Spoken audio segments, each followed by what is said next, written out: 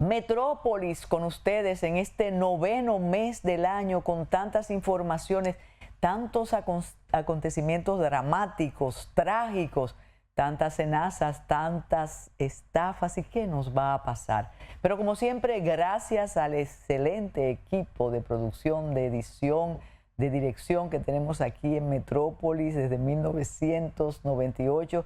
Gracias al grupo de comunicaciones López Olivier por permitirnos estar aquí. Y de los acontecimientos de la semana está en primera línea el asesinato de uno de los seguidores y de los promotores de Donald Trump, el famosísimo Charlie Kirk. Miren esto, bueno, instantáneo. Todavía no hay contundencia en las conclusiones de los investigadores, pero el disparo fue sencillamente mortal, letal, y esto lo que ratifica es cuánta violencia hay en Estados Unidos, cuánta decisión de odiar y de recomponer las decisiones ideológicas o recompensarlas sencillamente con la violencia. Se espera una investigación acorde con la técnica, acorde con la magnitud del acontecimiento, y ojalá que esto no desencadene una ola de venganzas políticas en un Estados Unidos tan dividido. Bueno, y esta semana hubo dos 11 de septiembre que siempre hay que recordar. El 11 de septiembre de 1973, aquel golpe de Estado al primer gobierno marxista en la región presidido por el doctor Salvador Allende, y el 11 de septiembre del 2001, aquel ataque a las Torres Gemelas que cambió el mundo. El de 1973 da inicio a la dictadura de Pinochet, uno de los regímenes más sangrientos en la región, y el atentado del 2001, eso cambió realmente los parámetros de seguridad, los miedos. Aquello comentaba esta mañana en otro lugar, cómo a partir del 11 de septiembre veíamos a una persona con rasgos orientales, con cara de árabe, y ya pensábamos que era un terrorista. Hoy tenemos a la mujer seguridad, y a propósito de la conmemoración del Día Mundial de Prevención del Suicidio, tenemos vamos a compartir una reflexión de la psicóloga Mari Mora que hizo para el programa de radio Matutino Alternativo, y nosotros vamos a compartir con ustedes esa reflexión. Cada 40 segundos hay un suicidio en el planeta. ¿Qué se puede hacer para evitarlo? Eso es muy difícil en un tiempo donde está expuesta la salud mental, no solo en otros lugares, sino aquí, con dramáticas consecuencias, y llega el momento de que el Estado asuma el cuidado y la prevención, pero también que en las familias se perciba esa situación que usualmente culmina con la muerte. Y algo de eso va a referir la psicóloga Mari Mora. Señores, y cuando el tema de conversación en cada esquina era la habilidad del señor Maxi Montilla, un multimillonario que no sabíamos que existía al lado de nosotros, con una fortuna tal que pudo devolver o va a devolverle al Estado 3.000 millones de pesos. Y estos muchachos me han corregido que usted está equivocada. Léanlo otra vez, 3.000 millones de pesos. Y le va a pagar a la DGI 483 millones, y descubrimos que él era el zar del sector eléctrico, después que él mismo dijo que lo que él era empresario, que él no era político. Entonces nos entretuvimos tanto con ese desastre, con ese destape, y podemos mencionarlo porque él asumió su culpa y su responsabilidad. Después vino, y lo comentábamos la semana pasada, ya el inicio del cumplimiento de la condena de la diputada Pilarte, pero todo aquello ha estado opacado por las revelaciones que se han hecho de la situación de y en Senasa. Dos programas de investigación han develado el secreto de la falta de liquidez en Senasa. Yulisa Céspedes develó la existencia de un call center, un SENASA paralelo. Definitivamente que sí. Pero lo que es importante en este caso, o va a destacar, primero la pasividad de la Procuraduría especializada en persecución de la corrupción administrativa. Una PEPCA que cada vez nos damos cuenta de cuán inclinada está para un lado o para otro. Y en segundo lugar, un desliz del honorable señor presidente de la República. El presidente dijo hace apenas 3 semanas que todo aquel que decía que SENASA tenía problemas era una persona de la oposición que quería hacerle daño al gobierno y que además no quería que 2 millones de personas fueran afiliadas y tuvieran el servicio de la ARS más importante de la República Dominicana.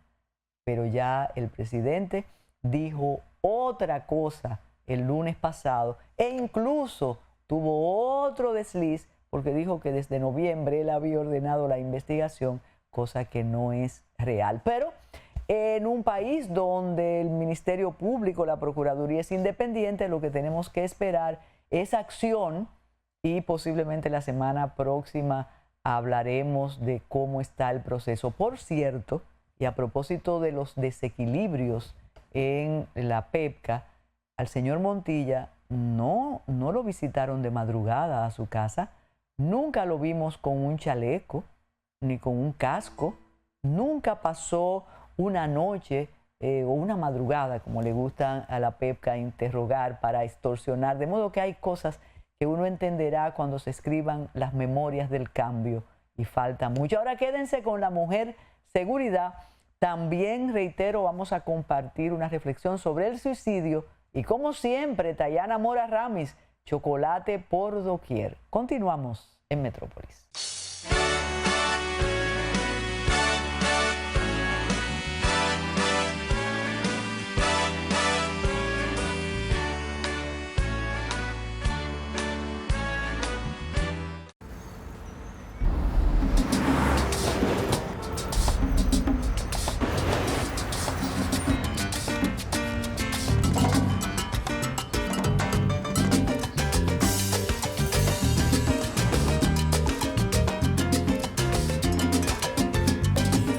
Si hay algo que sabemos en RD, es fajarnos en equipo. En cada inning de la vida, jugamos por nuestra gente. Sin importar la distancia ni el tiempo, el cariño siempre se siente. Porque donde hay un dominicano, hay alguien brillando por lo suyo. Con Remesas Banreservas recibes dinero fácil y seguro. Dile a los tuyos que te envíen a través de nuestros remesadores aliados o usando nuestra app Remesas Reservas con cargo a su cuenta o tarjeta. Banreservas, el banco de todos los dominicanos. Nos inspiramos en grandes ilusiones, forjando comunidades vibrantes y productivas. Con cada vuelo, impulsamos el crecimiento del país y de su gente. Redefinimos el turismo para crear experiencias memorables. Mejoramos la calidad de vida de nuestras comunidades. Trabajamos para cuidar nuestro hermoso planeta. Juntos, nos esforzamos para vivir la magia única de Punta Cana. Nuestro legado continúa en Grupo Punta Cana, transformando sueños en realidades sostenibles.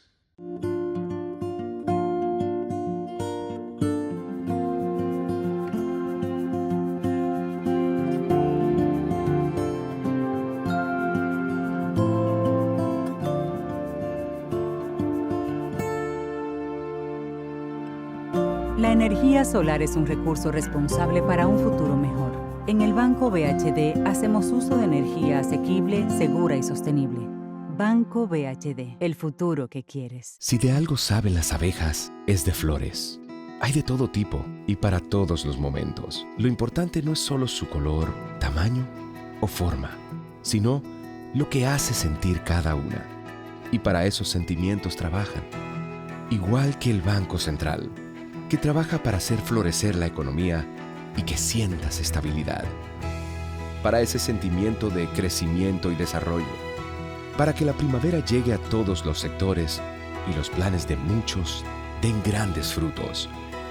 Banco Central de la República Dominicana. Trabajando por una estabilidad que se siente.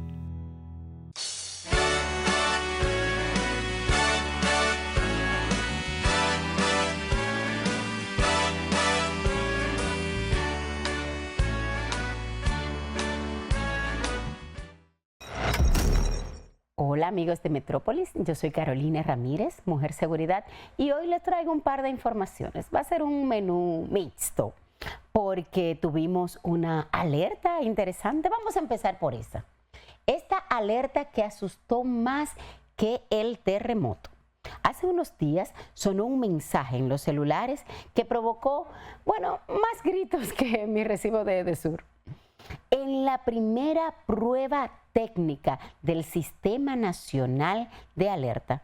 Esta es una iniciativa encabezada por el Indotel que es sumamente importante y además de eso es necesaria y la estábamos esperando hace mucho tiempo. República Dominicana necesitaba activar su Sistema Nacional de Emergencia como parte del Mecanismo Nacional de Gestión de Riesgo.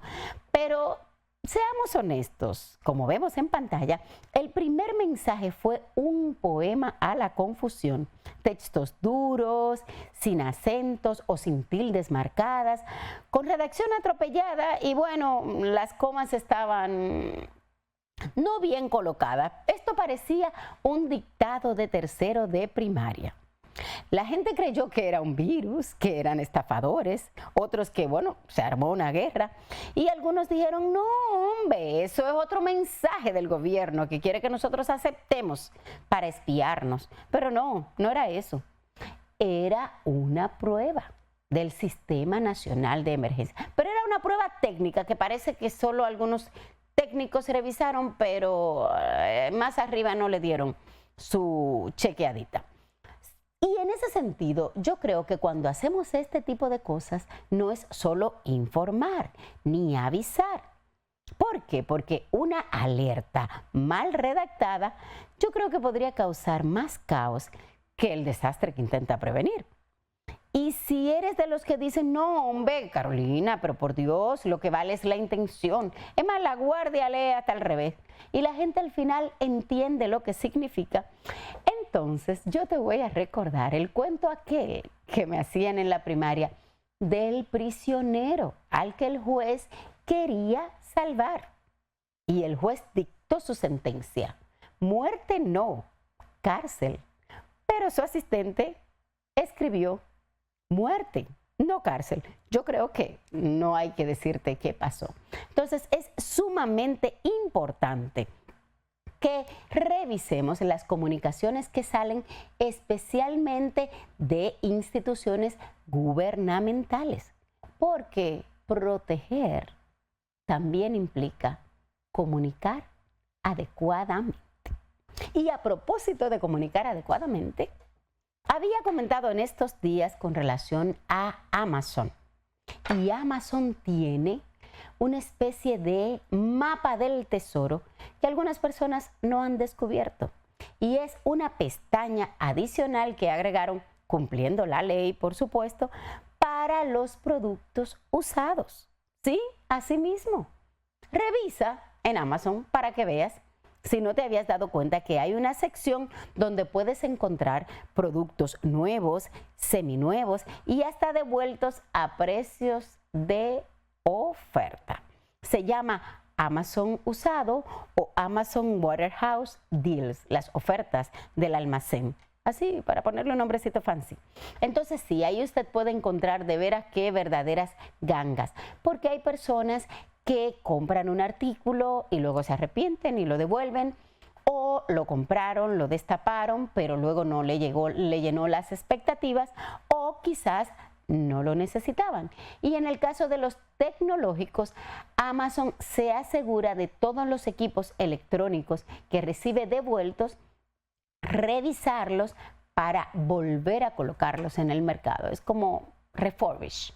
Y como todo lo que usted compra en Amazon está cubierto por un seguro, entonces la idea es ponerlo a un precio en el que puedan salir de esa mercancía y usted podría encontrar ahí de veras qué productos nuevos o solo con la caja estropeada hasta en un 70% de descuento. Así que ya saben, de hecho, en mi canal de YouTube yo les explico en algunas cápsulas cómo entrar, cómo filtrar en función de su necesidad y también cómo evitar que le vendan gato por liebre, porque también podría suceder. Así que sí, hay algunos riesgos, yo siempre advierto, podrían encontrar falsificaciones o vendedores piratas y verifique que si es un producto consumible no esté vencido. Eso es sumamente importante. Así que, porque tu seguridad también es económica y comprar bien evita que te engañen. Así que ya usted sabe, la próxima semana les voy a contar 5 productos dominicanos que ya se venden en Amazon y usted está perdiendo tiempo, ábrase una cuenta de seller. Si tiene alguna duda, escríbame en @mujerseguridad y yo le comento cómo hacerlo. Bueno, ahora siguen más informaciones aquí en Metrópolis. Nos vemos pronto.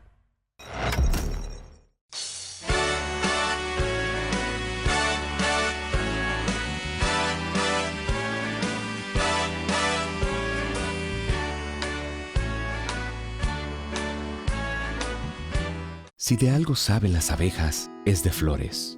Hay de todo tipo y para todos los momentos. Lo importante no es solo su color, tamaño o forma, sino lo que hace sentir cada una. Y para esos sentimientos trabajan. Igual que el Banco Central, que trabaja para hacer florecer la economía y que sientas estabilidad. Para ese sentimiento de crecimiento y desarrollo. Para que la primavera llegue a todos los sectores y los planes de muchos den grandes frutos. Banco Central de la República Dominicana, trabajando por una estabilidad que se siente.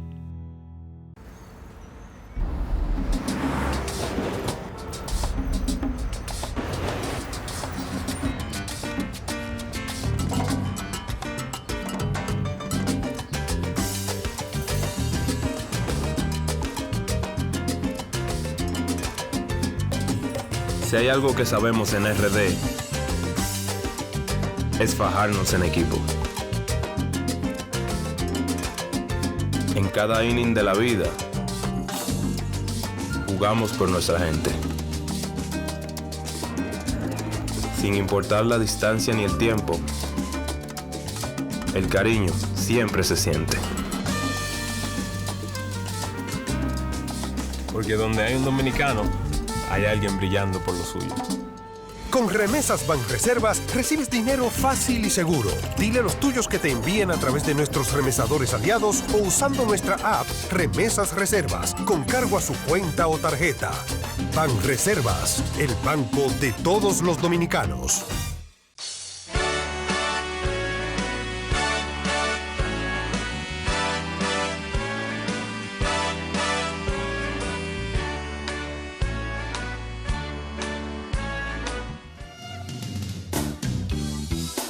Soy Mari Mora. Es una sección que trata sobre temas psicológicos que aborda la realidad de hoy.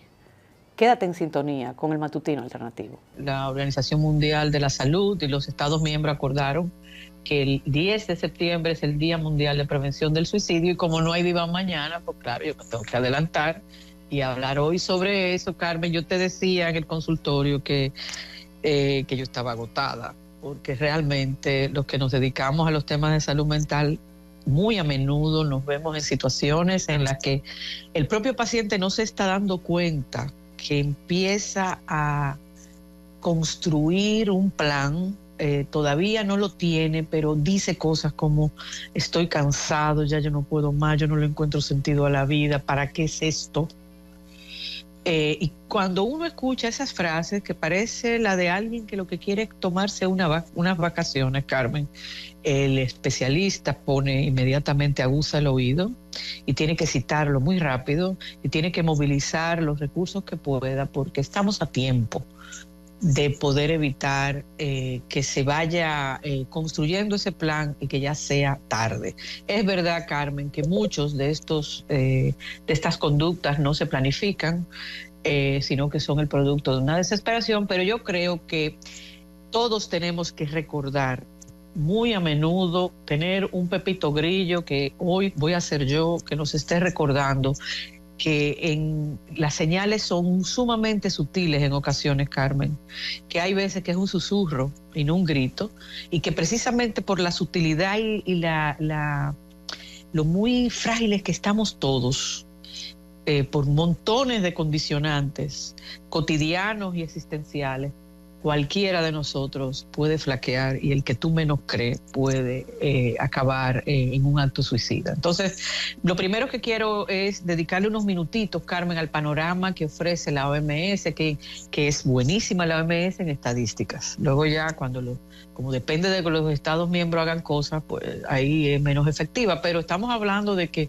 727,000 personas que se sepa y que se tengan registradas, se quitan la vida, y muchísimas más la intentan, más del doble la intentan. Hay gente que cree que entre los prejuicios que hay, esto es un grupito de personas ya muy mayores, cada vez se están viendo más suicidios en niños, Carmen, lamentablemente, en niños de 8 años, de 7, cosas espeluznantes. Ya se sabe que en los países de ingresos altos, y también la ONU en sus estadísticas recoge que el primer factor que vemos son los trastornos mentales, la depresión y los trastornos por consumo de alcohol y otras sustancias. Pueden ser factores de riesgo, pero muchos casos ocurren de forma impulsiva en situaciones de crisis, como cuando la persona siente que no es capaz de enfrentar factores que son muy estresantes, entre ellos los problemas económicos, Carmen, los conflictos de pareja, las enfermedades, los dolores crónicos, todo ese tipo de cosas. La ONU nos proporciona, los últimos datos son del año 2024, y es de apreciar, ya lo estamos diciendo hace un tiempo, que se recojan estadísticas que sirvan para los profesionales de la salud mental. En el 2024 se registraron 651 suicidios. Normalmente, en una recopilación que hicieron estadística desde el 2007, el promedio anual era de 594. Entonces, Carmen, está aumentando.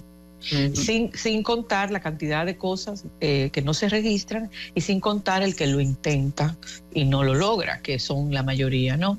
De acuerdo con estos datos que proporcionó la ONU, entre el 2019 y el 2022, la mayoría de los suicidios estaban vinculados a la depresión o a problemas de salud mental, lo que quiere decir, Carmen, que podían haberse evitado. Estamos hablando de cerca del 60%, el 59.52%.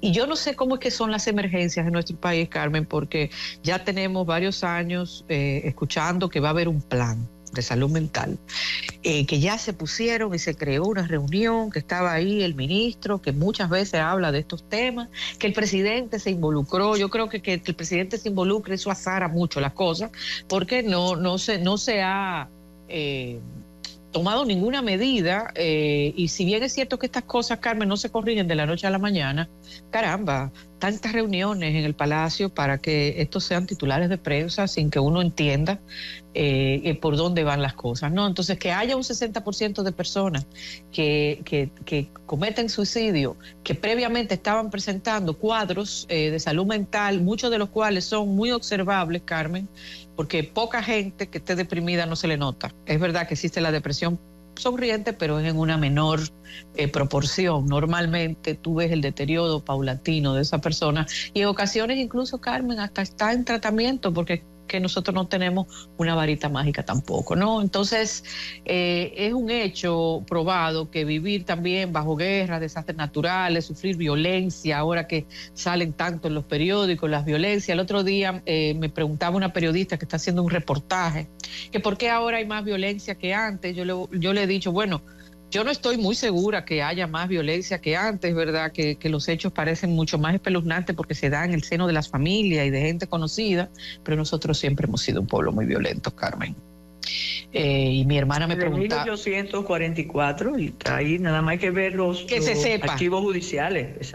Exactamente, ¿no? Y he escuchado, y la violencia, Carmen, lo que pasa es que ahora si un hombre a caballo se lleva una mujer sin pedirle permiso ni a la familia ni a la mujer, eso es un hecho de violencia, pero esas cosas se contaban en los tiempos de mi abuelo como la cosa más normal del mundo. Se cantaban y se contaban. Sí, esas eran acciones heroicas de los machotes de entonces. Entonces yo no estoy muy segura, y luego cuando tú te das cuenta la cantidad de crímenes que habían de forma gratuita. Papá una vez me narraba de cómo en cierta época del año en el Cibao, en las zonas de cacao, se producían asesinatos, te pasaban por el cuchillo porque se dieron un humo y salieron a cazar. Entonces somos un país violento, muy traumatizado también. También es verdad, le decía yo a esta periodista, no me quiero adelantar, por eso no digo su nombre, que bueno, si a la impronta sociopolítica traumática de siglos ya, Carmen, como tú decías, le sumas los problemas y los traumas familiares que tenemos, pues eso es una gasolina con un loco con fósforo.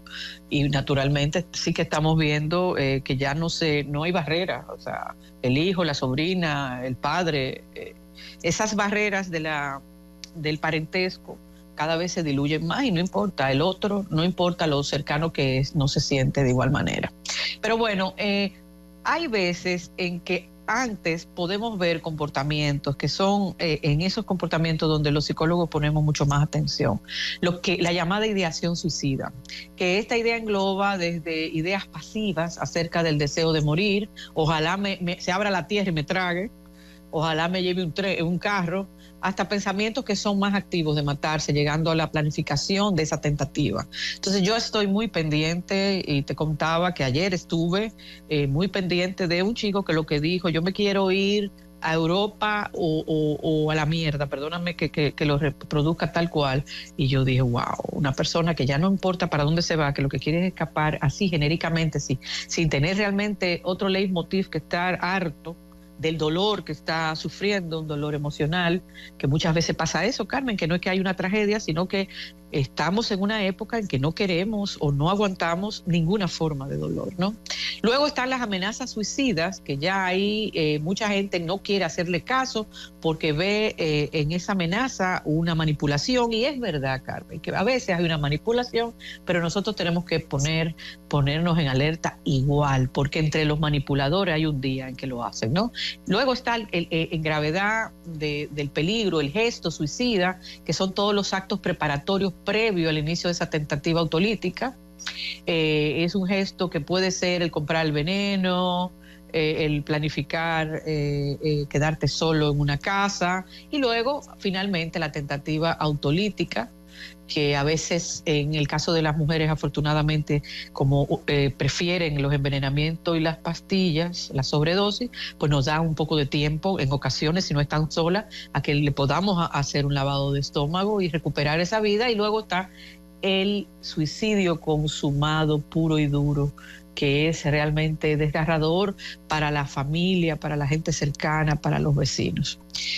Pululan todavía, Carmen, montones de falsedades y de mitos que por más que tú ves que en las redes sociales, de hecho tú pones en Google, cualquiera de nosotros pone en Google suicidio y tú vas a ver que te van a aparecer teléfonos y te van a aparecer consejos, y hasta en la inteligencia artificial se está haciendo un gran esfuerzo para que los chatbots no contribuyan con diálogos que establece la gente con la inteligencia artificial, que no contribuyan a darle calor a estas ideaciones. Uno de los mitos son que todas las personas que mueren por suicidio sufren un trastorno mental. No es verdad. Hay veces en que lo que hay es, por ejemplo, el diagnóstico de una enfermedad, que tú, antes de averiguar bien cómo lo vas a pasar y de qué tratamientos tiene, tú decides que te vas a quitar de medio, o simplemente la sensación de que no aguantas una situación determinada. Y ahí no hay un trastorno mental, porque un trastorno mental necesita tiempo para desarrollarse. Dicen también que las personas que se suicidan desean morir. Mira, Carmen, hay mucha gente que no, que le gustaría al último minuto sentir que alguien le salva.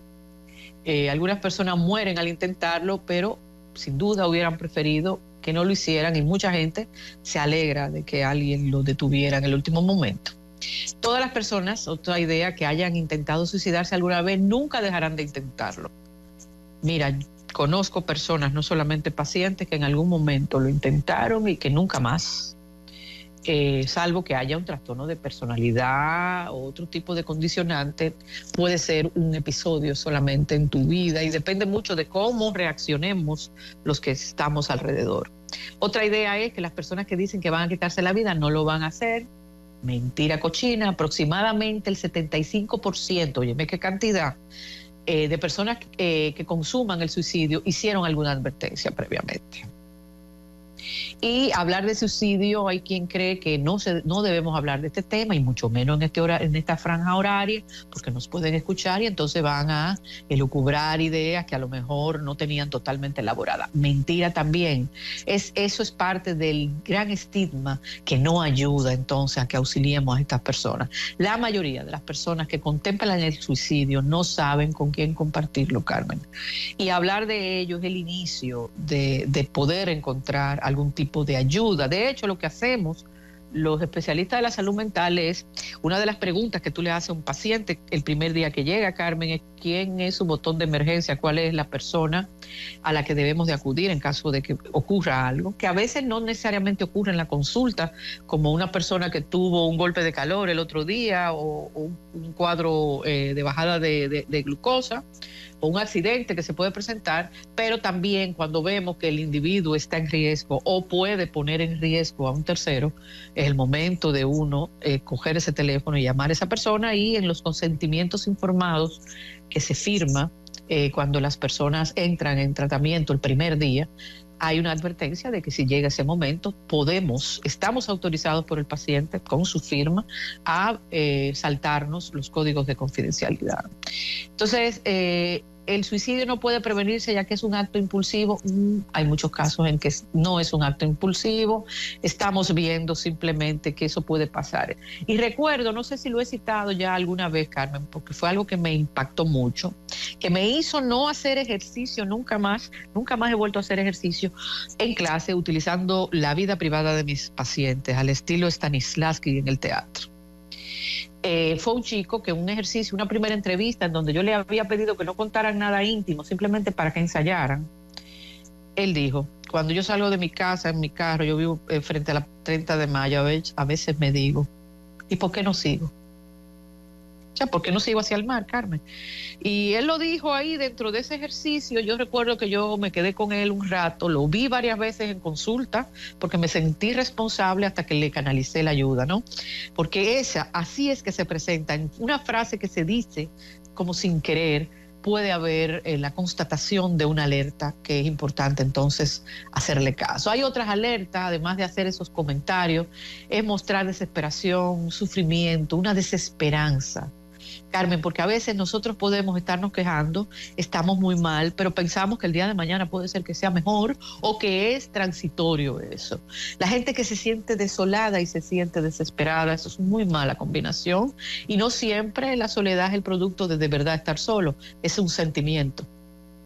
Sentir un dolor profundo que uno siente que no va a terminar, ya sea un duelo, por alguien que murió o por una relación o por esos duelos, Carmen, que no están legitimados, como el duelo por la muerte de un amigo, que se supone que es un duelo que no debería ser para tanto, y sí que lo es en ocasiones. Expresar que se es una carga para los demás, incluso cuando ya tú tienes una enfermedad crónica o degenerativa, que tú dices, yo no quiero.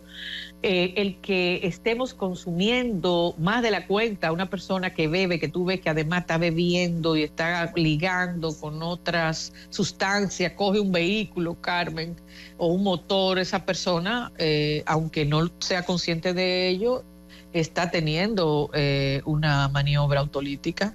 Tener un comportamiento muy agitado, dormir demasiado, dormir muy poco, ver que ese muchacho se trancó y no sale, abandonar esas relaciones, expresar una rabia extrema, tener cambios de humor, aislarte de la familia y del entorno. Puede ser muchas personas, Carmen, dan su testimonio cuando aparece ese muchacho de 14, 15, 18 años que se colgó en la habitación o que se apareció envenenado o que no se sabe bien qué pasó. Empieza así, ese muchacho está decaído, ese muchacho está apático, ese muchacho empieza a descuidar las amistades, no se presenta a la hora de comer porque dice que no tiene ganas, y a lo mejor en la casa dicen eso se le va a pasar, o eso es un mal de amores, o eso no es para tanto, y sin embargo en la generación Z, Carmen, se está viendo una fragilidad muchísimo mayor, ¿no?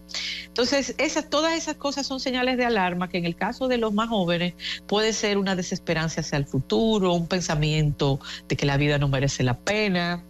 Las personas que se cortan, que se dan autolesiones, tienen también un riesgo muchísimo mayor. Y, por ejemplo, hay veces que, recuerdo en una ocasión que fue en un retiro de un colegio, un retiro religioso, en donde una chica contó que desde los 9 años había sido abusada por su padrastro. Después la tía abuela de esa chica la llevó a consulta, y yo me di cuenta que después de ese destape, y sobre todo ante la incredulidad y la negación de la familia, pero sobre todo de la madre, el grado de riesgo suicida en esa chica era más grande que nunca. Y recuerdo que aunque las normas dicen deontológicas que yo debía haber denunciado por ella porque era una menor, Carmen, yo tuve que calibrar si denunciándola con la poca esperanza de que la justicia de verdad hiciera algo, ¿verdad? Si yo estaba acelerando ese impulso suicida, y decidí quedarme callada y decidí quedarme apoyándola, y afortunadamente logramos salir de ese enredo. Ella terminó viviendo con otro familiar, dejando la casa familiar, a pesar de que quedó ante su madre como una mentirosa, pero se salvó una vida, porque todos los absolutos son peligrosos, y hay veces que lo importante es tú pensar si en ese caso específico, y no me arrepiento, si en ese caso específico era lo adecuado o no, y me salté la norma para salvar una vida, ¿no? Entonces, lo que quiero decirles a todos los que están escuchando es que no hay nadie que sea indemne a este riesgo en nuestro tiempo, Carmen, porque es verdad que entre el horror de lo que somos testigo vicario y a veces testigo directo, del horror de la corrupción, del horror de la violencia indiscriminada, del horror de los disparates que están ocurriendo a nivel de los estados y de las grandes decisiones políticas del mundo, de lo poco que rinde el dinero, de las presiones cada vez mayores que tenemos, del problema del calorazo, del cambio climático, 1000 cosas que podríamos sumar. Estamos muy frágiles, y lo que es todavía muchísimo mayor, Carmen, que cada vez nos sabemos apoyar menos y sentimos que contamos menos con los demás. Mira, ayer yo publicaba en mis redes y en las redes de World Nexus una frasecita que no es que yo crea que sea la gran cosa, pero a veces el contexto establece si las cosas son pertinentes o no. Y yo decía en esa frase que el gran reto de nuestro tiempo no es reivindicar el espacio propio, como la mayoría de la psicología positiva reivindica, sino reaprender a conectar entre nosotros. Pienso que el suicidio es, sobre todo, la constatación de la mala calidad de los lazos, de lo egoístas que nos hemos vuelto, y de la sensación de que la gente no está disponible para nosotros. Cuando tenemos una red de apoyo, Carmen, muchas cosas son posibles. Cuando uno tiene un amigo que si tú no apareces, va y te molesta, te toca la puerta. Yo ahora mismo tengo un amigo que me dice que quiere dejar el negocio, que él está harto y que no se siente bien. Carmen, yo lo tengo harto escribiéndole todos los días, no me coge el teléfono, porque yo no sé qué él tiene en la cabeza. Y yo quiero que él recuerde que para mí él es importante, que yo estoy ahí, y a lo mejor en una de esas necedades mías me hace caso. Entonces, tenemos que amar con necedad cuando amamos profundamente, Carmen. Tenemos que abrir los ojos, aunque no sean nuestros hijos, y intentar recuperar esos lazos. Sabes que lo digo muchas veces, creo que la mejor política de prevención contra el suicidio es que todos nos pongamos en fabricar mecanismos que nos ayuden a reconectar entre nosotros. Gracias por acompañarnos en el Diván de Mari Mora. Síguenos en nuestras redes sociales y en nuestro canal de YouTube.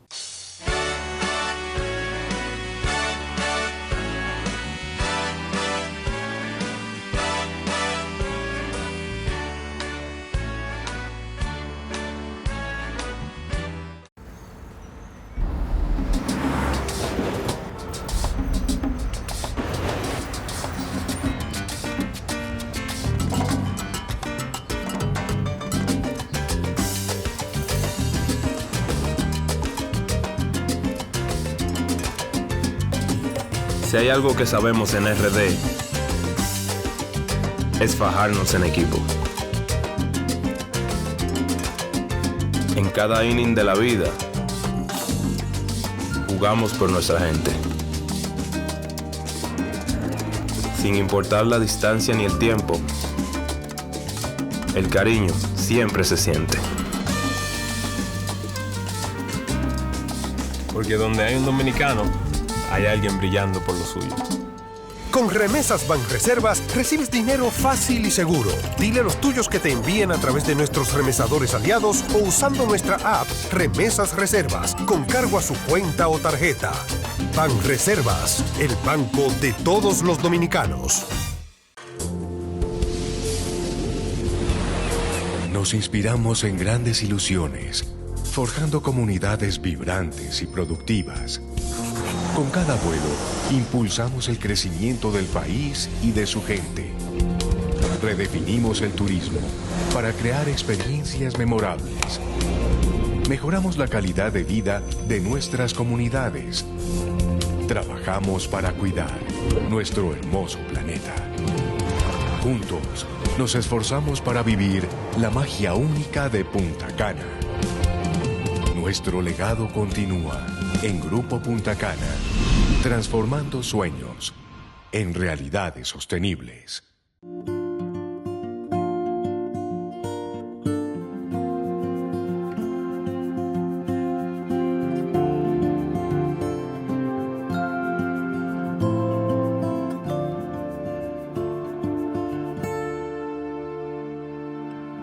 La energía solar es un recurso responsable para un futuro mejor.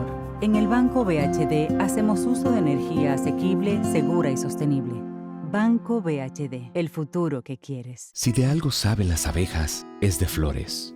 Hay de todo tipo y para todos los momentos. Lo importante no es solo su color, tamaño o forma, sino lo que hace sentir cada una. Y para esos sentimientos trabajan. Igual que el Banco Central, que trabaja para hacer florecer la economía y que sientas estabilidad. Para ese sentimiento de crecimiento y desarrollo. Para que la primavera llegue a todos los sectores y los planes de muchos den grandes frutos. Banco Central de la República Dominicana. Trabajando por una estabilidad que se siente.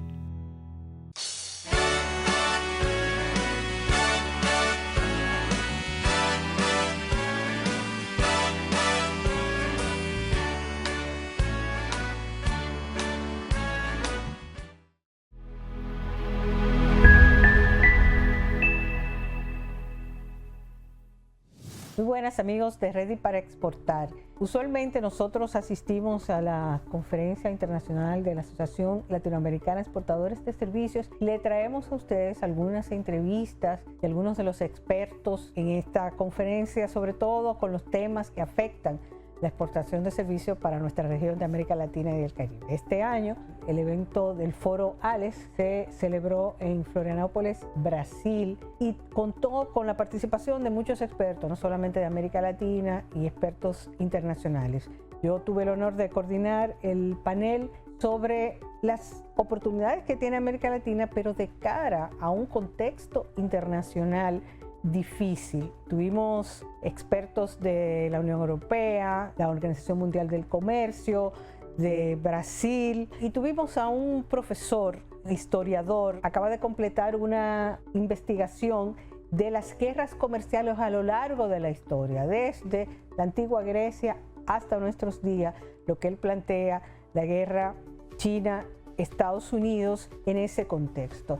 Lo que los expertos nos dicen es que nos esperan años de mucha tensión geopolítica. Se está hablando de la geoeconomía, que es el uso de la geopolítica como arma comercial, algo totalmente nuevo y que ya algunos gobiernos y algunas grandes corporaciones están contratando geoeconomistas en jefe para tratar de entender, para desmenuzar cómo las decisiones que hay, pero sobre todo el tablero que se juega China, Estados Unidos. Y nosotros entrevistamos al profesor Greg Van Grastek, que es este autor de esta obra sobre guerras comerciales, que saldrá en el 2026, publicado por la Universidad de Cambridge, pero que dio la primicia en este evento de ALES sobre esta guerra y que nos dice que va un poco para largo y que ha hecho un cuadro de dónde están los países de América Latina y el Caribe y sobre todo países como los nuestros que son tan dependientes de comercio de los Estados Unidos, pues tenemos una alta vulnerabilidad según el cuadro del profesor. Y entonces tomamos unos momentos para conversar con él, para hacerle algunas preguntas, dar un poco sobre lo que plantea en su libro y en esta perspectiva. Lo cual no quiere decir que nuestro sector y nuestra región no tengan opciones. También en este evento se hablaron de cómo el sector servicio todavía no está siendo afectado fuertemente por estos cambios, por lo menos los que han habido hasta el momento, y cómo podemos como región, si fortalecemos más el comercio intrarregional, cómo podemos amainar un poco los riesgos de esta guerra comercial. Uno de los puntos importantes en este evento fue que en el contexto de ALES se creó un grupo para el diálogo América Latina-Caribe, donde República Dominicana, la coalición de servicios de la República Dominicana va a jugar un papel importante de coordinador entre ambas regiones, de manera que podamos aumentar más ese comercio de servicio intrarregional y podamos entonces tener una mayor diversificación de nuestras exportaciones y un poco de menos vulnerabilidad a lo que pase en contextos internacionales de los cuales la República Dominicana pues no tiene ningún control y que pues somos espectadores. Vamos a escuchar la entrevista con el profesor Van Grastek sobre su libro, sobre cómo ve estas perspectivas, porque entendemos que es una primicia mundial que le está dando de su investigación y que puede ser de mucho interés de todos ustedes. Muy buenas amigos de Ready para Exportar. Estamos desde Florianópolis, Brasil, trayéndoles a ustedes algunas de las novedades de ALES, el Foro ALES 2025. Estamos con uno de los expertos que Greg Van Grastek es un autor de un libro muy importante que recoge las historias de las guerras comerciales, On Trade Wars. Explícanos un poco de qué se trata el libro y por qué es importante ver la historia para entender lo que está pasando ahora con las guerras comerciales entre Estados Unidos y China. Well, I began working on this book 2 years ago when it was apparent to me that we were going to have a renewed trade war between the United States and China. But my experiences as a political scientist and an historian, and my instinct was that we could get guidance on the present and the future by looking at the past. So in the same way that 11 years ago, 12 years ago, I wrote the history of the WTO for the WTO. If now we've moved from the WTO to trade wars, it was time to write a history. So I say that going back to the first trade war we know about, which is what was related to the Peloponnesian War between Sparta and Athens, going through the 20th century, looking at the conflicts between Great Britain and Germany, all of these would give us clues as to how this particular trade war is being fought.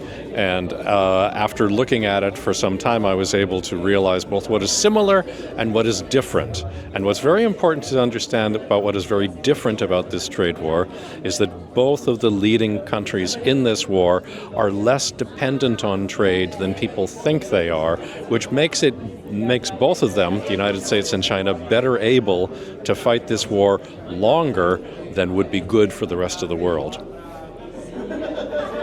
And you establish there are different type of countries depending on that position. Where is Latin America and the Caribbean?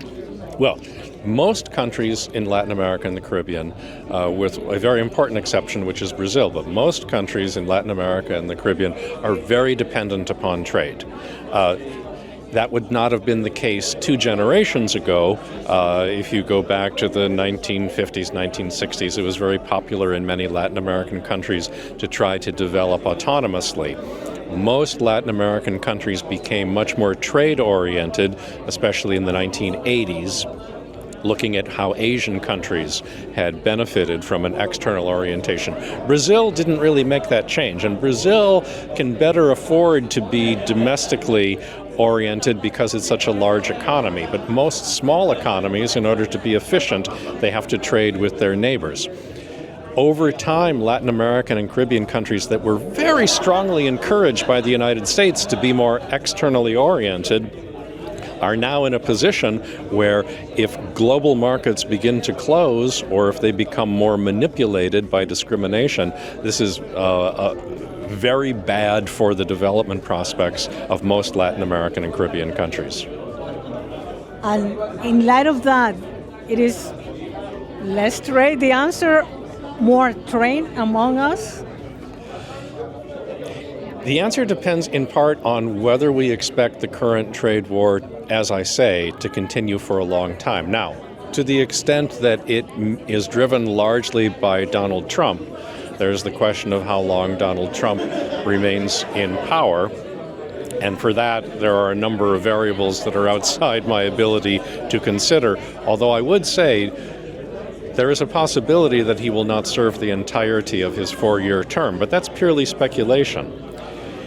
Even if Donald Trump leaves office, however, Trumpism may continue. And both because I think this path has become popular in the United States and because of the special configuration of the trade war between the United States and China, it is a safer bet to assume that this is going to be a long-running trade war. So what I think developing countries in Latin America and other regions have to think about is not less trade or more trade, but what kind of trading system? Can we reinvigorate the World Trade Organization, which everyone understands is in serious trouble today?